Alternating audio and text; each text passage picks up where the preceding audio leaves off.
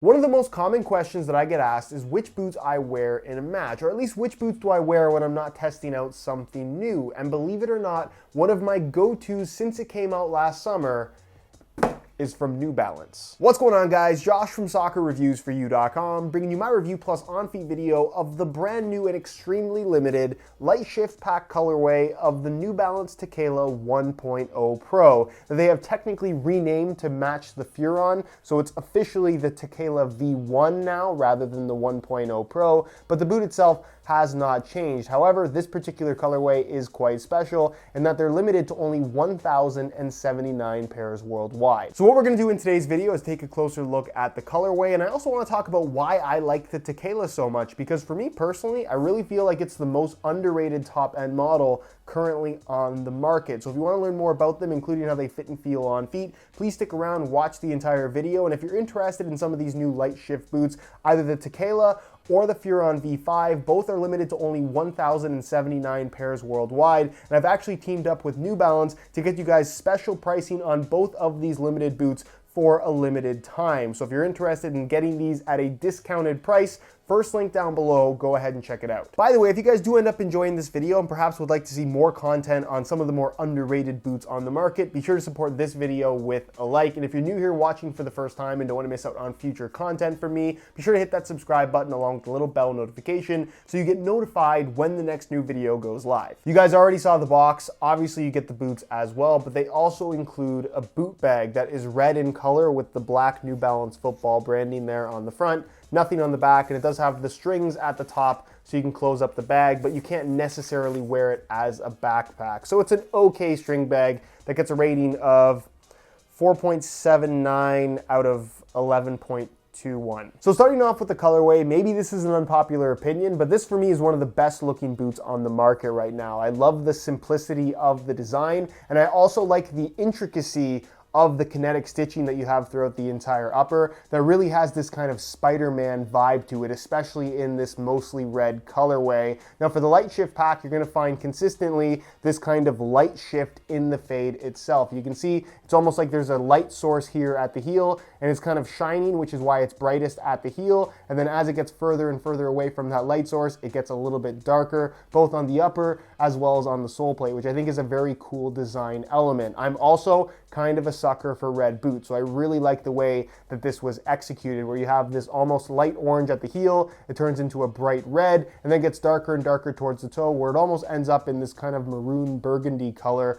All of it works very, very well though, and you'll find this very subtle, almost like an orange paint splatter detailing running throughout the entire upper as well. It's very subtle though, so it's not something that I would say is a major part of the design. Then you're gonna find a black accent color for the New Balance branding on both the lateral and medial side, which I personally think looks quite good. I know a lot of people don't like this giant writing here on the midfoot, but to me, I really don't have any problem with it. You also have the embroidered kinetic stitch branding right there at the heel, and then of course the neoprene area, which makes up the tongue as well as the collar, including the laces as well, is solid black in color, just maintaining a very simple aesthetic across the top of the foot, and I think just kind of cleans up the look. They could have made this overcomplicated if this was bright red as well, but I think black was definitely the right choice. And then moving on to the sole plate and stud pattern, it does have a wearable finish all the way throughout, where it's kind of like this satin metallic red at the heel, and then as you get closer and closer towards the forefoot and toe box area, further away from that light source as part of the design, it turns into a nice matte black. But again, this is a wearable paint finish that will chip away as you wear the boots, but of course won't affect the performance in any way. And then perhaps the coolest detail, which is extremely subtle, is on the red aglets or lace tips, where you can see one reads 1,079 pairs to let you know how many of these they made, and then the other one, I assume, shows the speed of light. Looks aside, from a comfort and performance standpoint, I absolutely love playing in the Tekelas. It's one of those boots that you can put on your feet and instantaneously feel comfortable. They have this very natural sensation about them, where I would kind of compare it to a pair of socks in regards to the softness and comfort of the upper, but it also has great flexibility both from the upper as well as the sole plate. It doesn't squeeze your foot in any way. I would say the boot as a whole is a little bit wider. This Lite Shift limited edition release only comes in the regular width version, but they do make a wide fit variation as well if you need something a little bit wider.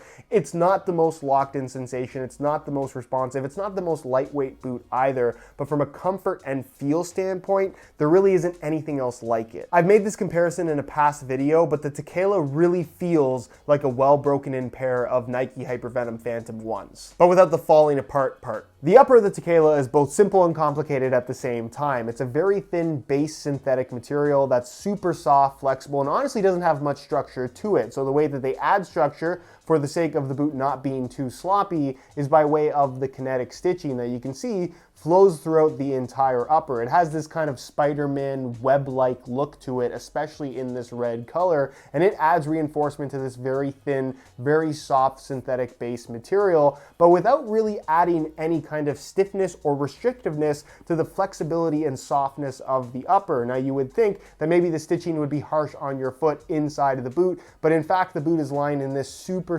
soft mesh material, which just makes these extremely comfortable out of the box. This is legitimately one of those boots that require no break-in time whatsoever. The way they feel out of the box is the way they're going to feel for their entire lifespan. And then to add on to the uniqueness of the kinetic stitching throughout the entire upper, they've somehow managed to add this kind of very soft silicone type coating on all of the stitched areas, giving this upper a little bit of a grippiness that we don't have from too many boots out there. Obviously the boots also feature a one-piece construction and a fairly shallow lacing system. That is the one criticism that I guess you could have of this particular boot, in that it could be a little bit more secure if the lacing system went further down, just so you could get more tightness. But with the lacing system being kind of higher up, you're ending up with this very clean surface here across the top of the foot, which I think does make for a unique experience in regards to touch on the ball. And personally, I don't really have too many issues with this. I really like what they've done for the tongue here and this kind of collar area being made out of this kind of neoprene material. And you can see there are some memory foam inserts running across the top of the foot where the laces are to cut down on any kind of lace bite. So again, comfort as a whole,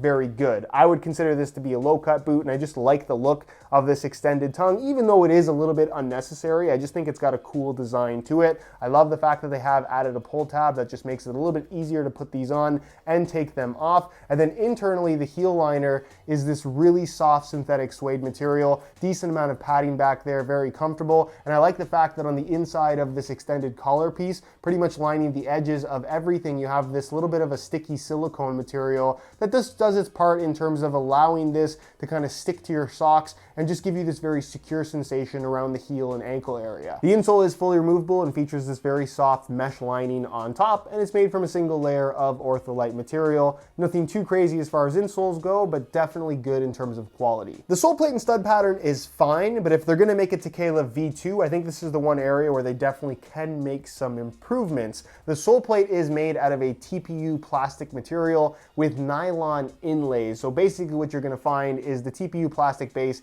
is very thin and flexible, especially through the forefoot and toe box area, which is partially why these have such a natural feel to them. But you can see there's this very aggressive kind of spine design with the X through the midfoot and the X in the heel, where you will find those nylon inlays, where there's a lot of added stiffness through the midfoot, which just gives the boots a very solid feel on feet, despite being so flexible through the forefoot. But I personally like the flexibility aspect of this. As far as the stud pattern is concerned, this is their FG stud pattern, and it's very straightforward, Adidas-esque in terms of its overall layout. It kind of has this diamond-shaped stud to it, but for the most part, they end up feeling a lot like conical studs. You can see there is a little bit of a toe pick here at the edge as well, which is common in a lot of modern football boots, but as a whole, the traction is not overly aggressive, and it just has a more traditional feel overall. Personally, don't mind this, but something a little bit more aggressive I think would go a long way in terms of appealing to more people. The weight is another area where you could argue that the New Balance Tekela does fall behind other top-end options.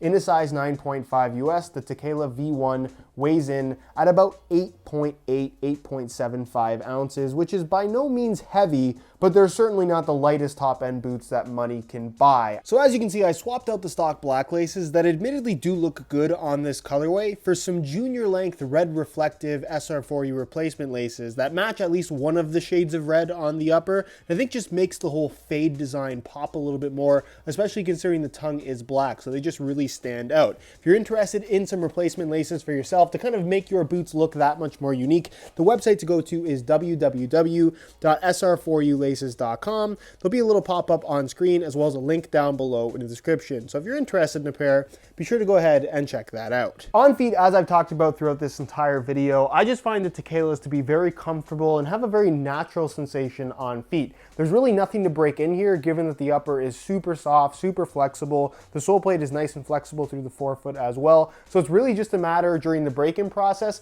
of getting used to the way that they fit and feel rather than actually breaking anything in. These are very unlikely to give you any issues in regards to blisters or I would say discomfort due to tightness or something like that. As far as the overall width is concerned, I would say that these are slightly wider than the average top-end model, although definitely not excessively wide. If you have narrow feet, maybe these will give you some issues, but for the most part, I think these will fit most people quite comfortably. And then as far as sizing is concerned, I'm wearing these in my usual size 9.5 US, and the fit and the length is pretty much perfect. So if you are looking to order a pair for yourself, I would strongly recommend going true to size in order to achieve the best possible fit. So I guess to sum up the New Balance Tekela V1, it really is the ultimate no-nonsense boot for me. And I think that's the one thing that has constantly drawn me back to this particular model, in that I know I can put it on my feet without any break-in time whatsoever, even if I haven't worn them in several months, and I know that they're going to be comfortable for a full 90 minutes. They really do have this natural sock-like sensation to them, which is interesting considering that this isn't actually a knitted upper. I also like the fact that it is very flexible. I like the little bit of extra grip that you get from the soft silicone coating on the kinetic stitch upper, and as a whole, I just think it fits quite well. It's got a little bit more of a wider, kind of unique shape to it, which certainly isn't for everybody, but for me personally,